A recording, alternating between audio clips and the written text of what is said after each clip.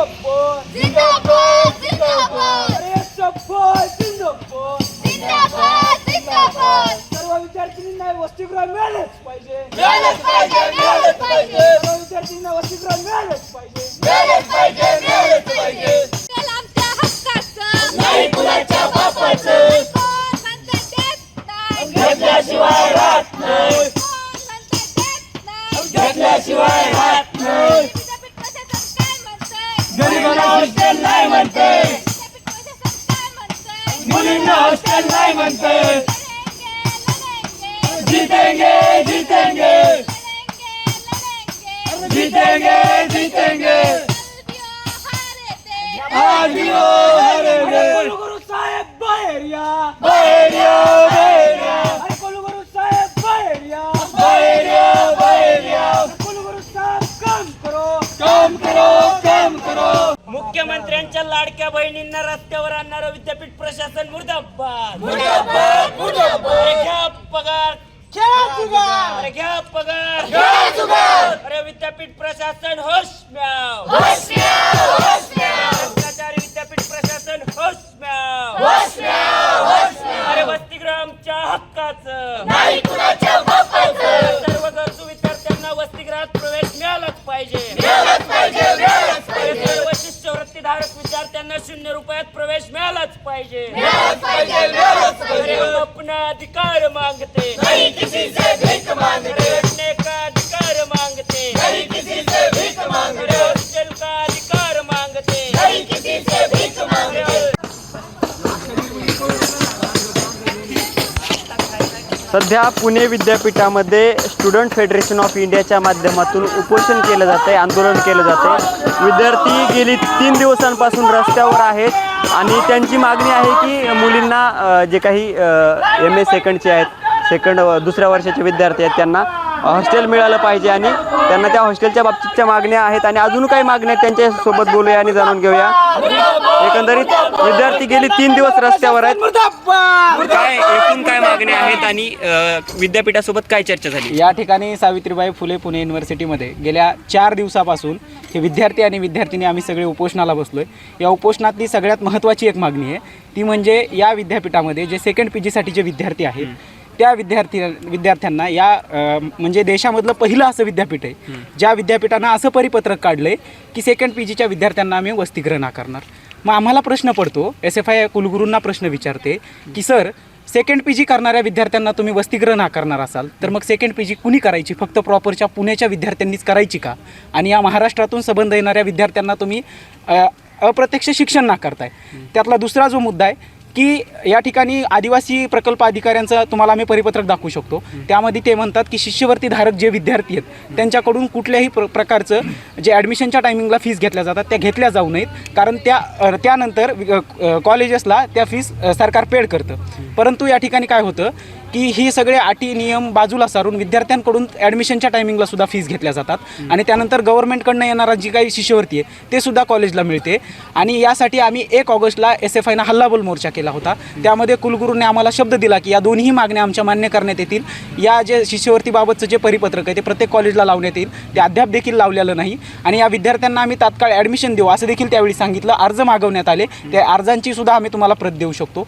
त्यावरतीही कुठलंही काम केलं गेलं नाही. मग आमचा असा प्रश्न आहे की जी शिष्यवृत्ती असतानाही तुम्ही फीस घेता त्यातली टक्केवारी किती तुम्हाला मिळते ती आम्हाला सांगावी. आणि या ठिकाणी जे तुम्ही विद्यार्थ्यांना हॉस्टेल नाकारताय हे कुठल्या नियमानुसार नाकारताय? खऱ्या अर्थानं हा एक रॅगिंगचा प्रकार आहे आणि आम्ही अशी विद्यार्थ्यांची हेळसांड होऊ नये म्हणून स्टुडंट्स फेडरेशन ऑफ इंडिया हे उपोषण करते. आपल्याबरोबर काही मुलीसुद्धा आहेत, विद्यार्थिनी आहेत, त्यांच्याशी सोबत सुद्धा बोलूयात. काय मागण्या आहेत एकूण आणि तुम्ही इथं बसत असताना कोणकोणते प्रॉब्लेम फेस करावे लागले आतापर्यंत? आमची मुख्यतः जी मागणी आहे की जे सेकंड PG ज्या विद्यार्थिनी करतायत की त्यांना तुम्ही लवकरात लवकर हॉस्टेल उपलब्ध करून घ्यावं. कारण की सध्या परिस्थिती अशी आहे हॉस्टेलमध्ये की जेव्हा न्यू अलॉटमेंट होते फर्स्ट इयरवाल्यांची तेव्हा जिथं ऑलरेडी राहतात मुली तिथं ऑलरेडी अलॉटमेंट झाल्यावर ती जागा काही मिनिटामध्ये आम्हाला सोडावी लागते. म्हणजे आम्हाला एकतर घरी तरी जायला लागतं आणि नाहीतर मग दुसरी कुठं शोधावं लागतं एखादी जागा. पण आम्ही बाहेर आमची एवढी परिस्थिती नाही की आम्ही बाहेर अफोर्ड करू शकतो एखादी PG. इथं किती खर्च येतो आणि बाहेर किती खर्च येतो? इथं वर्षाला आम्हाला 5,000 भरायला लागते हॉस्टेलला फर्स्ट इयरचं. आणि तेच तुम्ही जर बाहेर करताय PGला तर महिन्याचे 5,000 आम्हाला द्यायला लागतात आणि मेसचे तर वेगळेच. मग हॉस्टेलात आम्हाला परवडण्याजोगं आहे ना. आम्ही सामान्य घरातून आलेल्या मुली आहोत, आमचे आईवडील कष्टकरी आहेत, कामगार वर्गातले आहेत, एवढे अफोर्ड नाही आम्ही करू शकत. म्हणून तर आम्ही हॉस्टेलसाठी अर्ज केलेले आहेत. जेव्हा आम्ही 1 तारखेला हल्लाबोल मोर्चा केला, ह्याच कुलगुरू सरांनी आम्हाला सांगितलं की जे सेकंड PGच्या विद्यार्थिनी आहेत त्यांनी अर्ज करा. त्या अर्जानुसार आम्ही अर्जही केला, आम्ही तपशीलही त्याचा घेतला. जेव्हा मेन रेक्टर आम्हाला म्हणले की जेव्हा आम्ही अर्ज दिला त्यांना, ते म्हणले की आता मॅडम तर नाही आहेत, आम्ही तुम्हाला नंतर नाही हे करू सांगू त्यांना. जेव्हा आम्ही मॅडमला हे सांगितलं, मॅडम म्हणले की मी आता तुमचं बघते. आणि जेव्हा आम्ही रजिस्ट्रार मॅडम आमची जेव्हा चर्चा झाली इथं उपोषणाच्या दिवशी आम्ही गेलो होतो, आम्हाला बोलवलं होतं शिष्टमंडळात चर्चेसाठी. ते म्हणले की माझ्यापर्यंत लिस्ट आलेली. म्हणजे वसतिगृह एक आम्हाला एक सांगते, मॅडम एक सांगतायत, म्हणजे नेमकं आणि मूर्त कुठं? म्हणजे तुम्ही विद्यार्थ्यांची हेळसांड करताय. आज 4 दिवस झाला आम्ही इथं बसलेलो आहे, पावसा पाण्यामध्ये हे केलेलं आहे. जरा सुद्धा त्या मॅडमला आमची काळजी नसावी का? बाहेर तिथं आतमध्ये एकदा पण बोलणं झालेलं नाही, काहीच बोलणं झालेलं नाही 4 दिवसांपासून. 4 दिवसापासून नाही, म्हणजे फक्त येत आहेत, चर्चा करून जात आहेत, बस एवढंच करताय. आणि 5 मिनिटं फक्त मोजून 5 मिनिटं देत आहेत आणि त्याच्यानंतर ते डायरेक्ट दुसऱ्या दिवशी तोंड आम्हाला दाखवतात. एक तर आमच्याकडे लिस्ट, आम्ही लिस्टही त्यांना रोजच्या रोज पाठवते की मॅडम हे लिस्ट आहे, ह्या मुली आहेत, यांचं लवकर करा काहीतरी.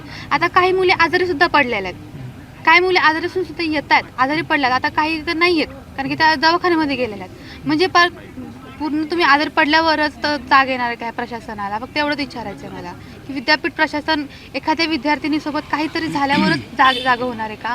आज आपण बघतोय बदलापूरसारखी घटना घडतीये, कोलकातासारखी घटना घडतीये. अशा पार्श्वभूमीवर तुम्ही विद्यार्थिनींना हॉस्टेल नाकारताय. तुम्ही आम्हाला लडाखचं उदाहरण देताय की लडाखच्या मुलीचं आम्ही हे करू, बाहेर न येते. मग आमच्या मुली आम्ही इथल्या मुली म्हणून काय आमचा दोष आहे का हा? आमच्या पालकांनी आम्हाला इथं शिक्षणासाठी पाठवले, आमची काही जबाबदारी नाही का तुमच्यावर?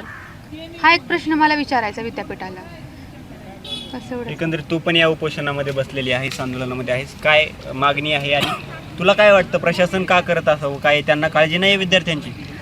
हे पाहून तर वाटतं विद्यार्थ्यांची काळजी नाही आहे की आज 4 दिवस झालं मुली उपोषण करत आहे, तरी या प्रशासनाला जाग येणं झाली आहे. मुलींना वसतिगृह हवं आहे, तेही त्यांच्या हक्काचंच आहे आणि तेही त्यांना नाकारलं गेलेलं आहे विद्यापीठाकडून. आणि आज कुलगुरू 4 दिवसानंतर येऊन चर्चाही करत नाहीत मुलींशी.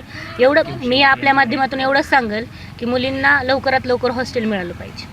ओके, एकूण काय मागणी आहे? दादा आपल्याबरोबर बसलेला आहे, तोच लीड करतो या उपोषणाला. काय मागण्या आहेत आणि एकूण आता प्रशासनाला काय तुम्ही हाक दिली आहे?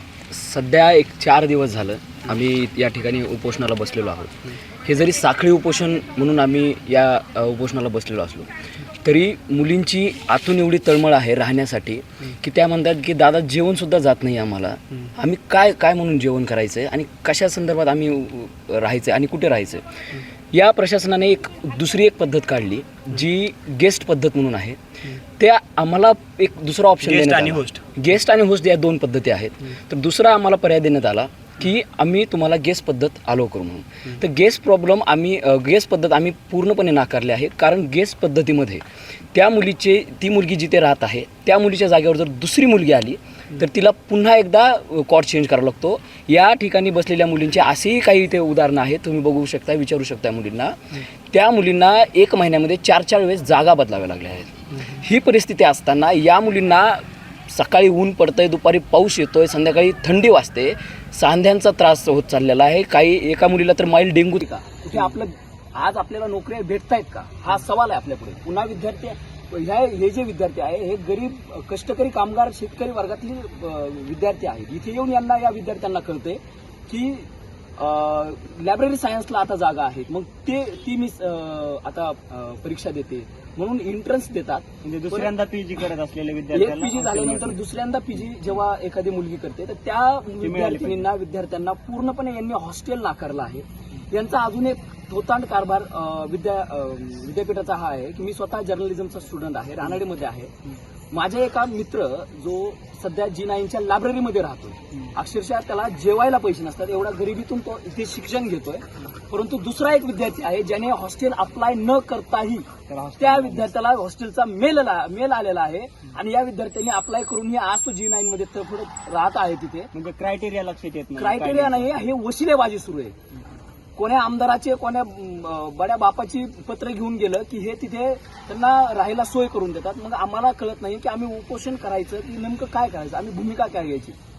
तर अजूनही यांचा अजून कोणी कुठल्याही प्रकारचा reply आलेला नाही. शिष्यवृत्तीच्या बाबतीत एक तुमचं शेवटची दिसते जी काही आम्ही मागे SFI द्वारे गोडेगाव आणि गोडेगाव येथे प्रकल्प कार्यालयावरती जिथे काही तिथे मोर्चाही काढलेला होता. त्या मोर्चामध्ये ते परिपत्रक त्यांनी आदेशही दिले होते विद्यापीठांना सर्व बाजूंना की ते परिपत्रक आपण जे काही शून्य शुल्क प्रवेशमध्ये विद्यार्थ्यांना सर्व शिष्यवृत्तीधारक विद्यार्थ्यांना जे काही प्रवेश देत आहोत तो द्या. परंतु मागच्या जे काही 1 ऑगस्टच्या आंदोलनामध्ये हल्लाबोल मोर्चामध्ये जे काही निर्णय झाला विद्यापीठातील कुलगुरूंनी आम्हाला आश्वासनं दिली की तुम्हाला परत येऊ देण्याची वेळ येणार नाही, तर ते अजून परत आलेलं नाही तिथे आम्हाला भेटायला. आम्ही 4 दिवस झालं बसतो, परंतु त्याचाही काही त्या ठिकाणी त्यांनी पुढे प्रक्रिया केलेली नाहीये. तर आमची तीही मागणी आहे की सर्व शिष्यवृत्तीधारक विद्यार्थ्यांना शून्य शुल्क रुपयामध्ये प्रवेश करावा. आणि याच्यामध्ये त्यांनी कारभार असा केलेला आहे की ज्या विद्यार्थिनींनी फॉर्म भरला, फीस भरली, त्या विद्यार्थिनी जर 3,000 रुपये फीस भरलेली असेल त्या डिपार्टमेंटला, तर त्या शिक्षक किंवा ते डिपार्टमेंट त्यांना सांगतं आहे की त्या पावतीवरती 0 रुपये तिथे मेन्शन करा. ती जी फीस त्यांनी खरी भरलेली आहे ती फीस भरू नका, ती फीस तिथं दाखवू नका, शून्य करा. आमच्याकडे त्याचा पुरावाही आहे. त्या ठिकाणी तिने स्क्रीनशॉट काढून ठेवलेला आहे. तिला जो काही तिथे सांगितलं गेलेलं आहे ते म्हणते की तुमचा फॉर्म तेव्हाच आम्ही अप्लाय करू ज्यावेळेस तुम्ही तिथं 0 मेन्शन कराल. त्यांनी डायरेक्ट सर्कल केले त्याला आणि तो फॉर्मच नाकारला गेलेला आहे. एवढा थोतांड कारभार यांचा सुरू आहे. नक्कीच एकंदरीत आपण पाहू शकतो की विद्यार्थ्यांच्या ज्या मागण्या आहेत त्या कुठेतरी पूर्णत्वाकडे जाताना पाहायला मिळत नाहीत. आपलं प्रशासन म्हणतंय की सारे शिकूया पुढे जाऊया, परंतु शिकत असताना विद्यार्थ्यांना अशा प्रकारच्या अनेक समस्यांना सामोरं जावं लागते. आज विद्यापीठामध्ये जी काही वसतिगृहाच्या बाबतीची समस्या आहे, परंतु पोरांची डेंग्यू मलेरियाना सुद्धा काही दिवसांपासून हाल होत आहेत. त्यामुळे प्रशासन विद्यार्थ्यांना शिक्षणाला हलक्यात घेते की काय, अशा प्रकारचा प्रश्न या ठिकाणी उपस्थित झालेला आहे. जोडून राहा बातमी टीव्ही सोबत. निखिल सुप्रे, पुणे.